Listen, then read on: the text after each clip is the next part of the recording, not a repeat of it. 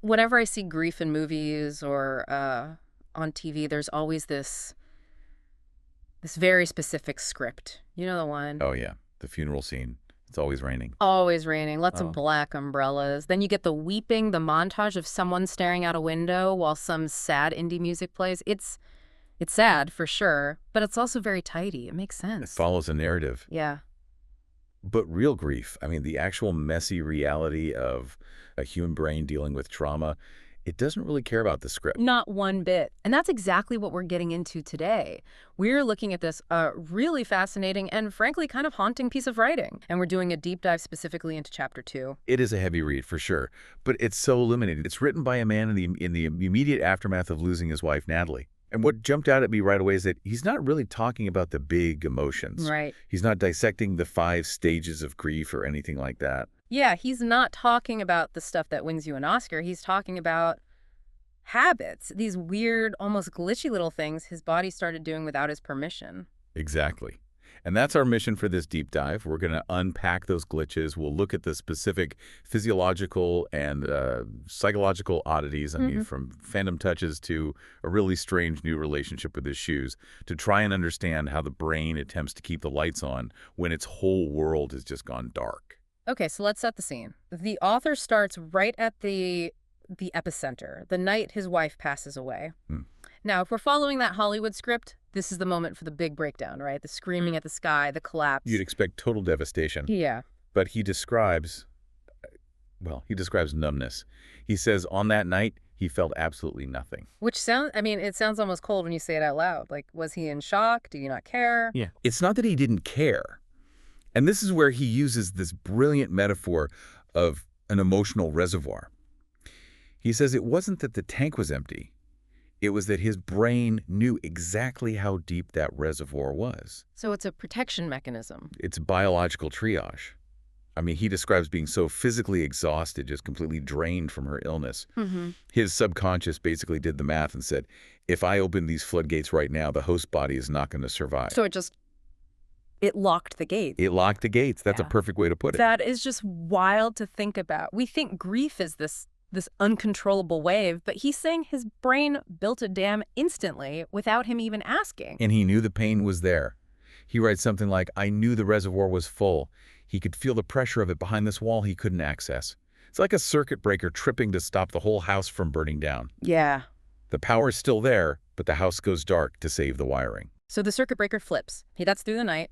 But then, as time goes on, that numbness starts to change shape. And this is where we get into the really specific tactile stuff. There's this one behavior he mentions that I honestly had to read it twice, the self-hug. Ah, yeah. This is such a poignant example of what psychologists sometimes call substitution touch. So paint the picture for us. What was he actually doing? Okay, so just imagine he's sitting down. Could be anywhere, the couch, a chair. He notices that his right arm just automatically, subconsciously drapes across his chest and grabs his left shoulder. He isn't deciding to do it. His arm just goes there. So he's physically holding on to himself? He is. But here's the critical part, and this is where it gets so psychologically fascinating. He's totally aware that it's his own hand. He's a rational guy. He can look down and see his fingers on his shoulder, but he writes it to his sensory system. The hand felt. Other? That's a heavy word. He says in his mind, it felt like her hand. That is, wow. I mean, that gave me goosebumps just reading it, but it also sounds terrifying. Is he hallucinating? Is he losing it? Not quite a hallucination. It's more like a sensory hack. Think of it like this. He compares it to a kid with a blankie. Okay, sure. A security blanket. Right. A kid knows the blanket is just fabric, right? But the feeling of it creates a sense of safety. It grounds them. Okay, I get that. It's the same idea. He says, feeling that pressure on his shoulder allowed his brain, just for a split second, to pretend that connection was still there. It was a way to trick his own nervous system into calming down. But he kept doing it for months. That's what got me. He's sitting there. He knows it looks ridiculous. He even calls it absurd. But he couldn't stop. Well, that's the battle, isn't it? It's the prefrontal cortex, your logic center, versus the limbic system, which is all emotion and survival. Right. Logic is saying, dude, that's your hand. This is silly.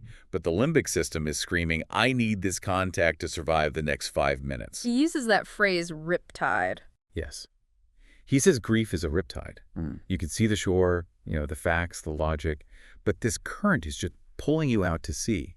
And in that moment, the need for that physical comfort it was stronger than the need to be rational.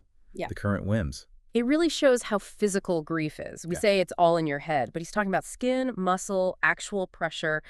His body was trying to simulate her being there because the absence was too physically painful to handle. Because his brain is trying to rewrite its own operating system in real time. You have to remember, for years, sitting on the couch meant sitting with her.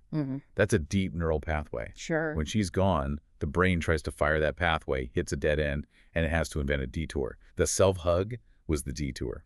Speaking of detours, let's talk about the environment, because it wasn't just his own body that felt different. The room itself changed for him, specifically the light. Yes, the darkness. This is a huge shift in his personality that he describes. Now, he's a musician, right? I think the text says he spent his whole life in recording studios. Yeah, a pianist. He talks about spending decades in these windowless, pitch-black rooms, just playing. For him, darkness usually meant creativity, peace. It was his safe space. Okay, so darkness is normally his friend. But after Natalie passes, the lights go out and the script flips. Completely. He starts describing the dark as menacing and mocking. Mocking. That is such a specific, personal word. It implies intent, doesn't it? Like the room is actively hostile. But of course, the room hasn't changed. What's changed is how he's interpreting the data. Darkness used to mean focus. Now it means isolation. He talks about a deafening emptiness. And this leads to this huge realization he has about Natalie's final months. This part really hit me because it makes you rethink so much. It's just a heartbreaking moment of clarity. He looks back to when she was sick and she had started asking for a nightlight. And that was out of character for her, right? Very. She always slept with a sleep mask on. Needed total darkness. But near the end, she needed that little light on. And at the time, he just thought, oh, the illness is affecting her mind. She's scared, maybe confused. He thought she was just afraid of the dark like a kid. Exactly. He assumed it was fear. But then, lying there alone in the dark, feeling that menace himself, it just clicks. He realizes she wasn't afraid of monsters. She was lonely. Wow. She was feeling the exact same emptiness he was feeling right then. The darkness didn't represent scary things.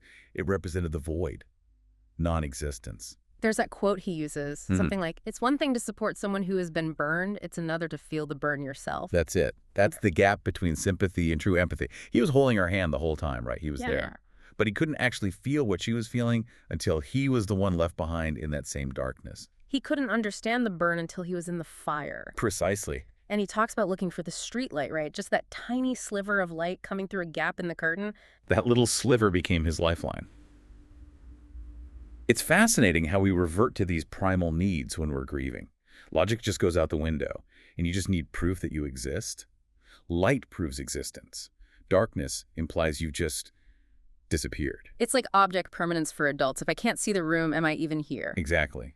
When the person who anchored your reality is gone, the void becomes a literal, tangible thing in the room with you. Yeah. You need the light to push it back. So, okay, we've got the phantom hugs, we've got this new fear of the dark, but then there are the shoes. And honestly, of everything in this chapter, this one felt the most, I don't know, weirdly specific, but also relatable. The indoor shoes. Yeah, it seems so mundane on the surface. So walk us through it. He's at home. He's a guy who, like most of us, takes his shoes off to relax. Right. He says normally if he's working or just sitting around, the shoes come off. It's that universal signal for, I'm home, I'm done for the day. But after she's gone, he just stops taking them off. He stops completely. He's sitting at his laptop for hours, shoes on, pacing the house, shoes on. And he makes a point of saying it wasn't comfortable. It was actually uncomfortable. His feet wanted to be free. So why do it? If you're in your own living room, why keep your sneakers on? Readiness? Readiness for what? He's not going anywhere. Readiness to escape. He describes feeling caged. He felt locked within himself. And even though there were no physical bars, the grief itself felt like a trap. So the shoes were, what, a subconscious exit strategy? That's exactly it. Yeah. He says, wherever I was, I wanted to be somewhere else. The second he'd sit down, he'd want to get up and leave. He was in this state of perpetual transit. That is such a vivid picture of anxiety, just vibrating with the need to be elsewhere. And keeping the shoes on is a physical signal to the body. Don't get comfortable. We might need to run at any moment. If you take your shoes off, you're committing to being there. You're settling in. And he couldn't settle. He couldn't accept that here, this empty house, was his new life. He wanted to be a transient, just passing through the experience, not actually living in it. So it's like his fight or flight response got stuck on flight? But he had nowhere to fly to. Exactly. That's a perfect way to put it. The engine is revving, but the car's in park. So he just keeps his shoes on. It's this tiny little rebellion against the reality of being stuck. You know, it all comes back to this theme of his environment attacking him. The dark is attacking him. The stillness of sitting is attacking him. Which brings us to the actual title of the chapter, Silence. Yeah, the author calls silence his biggest challenge. And this is where the physiological and the spiritual really collide in a powerful way. He doesn't just say he dislikes it, he calls it unbearable. He literally cannot handle the lack of input. He talks about muting the TV for a commercial and instantly, like in the same second, having to turn on music to fill that gap. He can't have a single moment of dead air. Wow, that sounds exhausting. It's distraction therapy, right? Because silence forces you to be with your own thoughts. Silence is where the reality of the loss actually lives. If there's noise, TV, music, anything, your brain is busy processing that noise. It has a job to do. It has a job to do. But if it's quiet, your brain has nothing to chew on except the fact that she's not there. The silence isn't empty, it's heavy. it's so heavy. And this had a massive impact on his faith, too. I found this part fascinating because usually when people talk about grief and God, they talk about being angry. You know, why did you take her? But that's not what's happening here. No, it's different. It's much more mechanical than that. He talks about his nightly ritual. For years, he had this routine he called praying, praising, and complaining. Which is a great name for a prayer routine, by the way. Covers all the bases. It really does. So honest. He'd go outside late at night and just walk for almost an hour, just talking to God. Yeah. That was how he decompressed. But after Natalie passes, he tries to go out and do it, and he just hits a wall. He hits the wall of silence. He's out there in the dark, and he can't do it. And there's this detail about the rain that just drives it home. Oh, the rain. Yeah, they used to watch the rain together. They did. It was this shared, intimate thing. They'd sit on the porch and just listen to storms. It was us against the weather. But now, he's out there alone.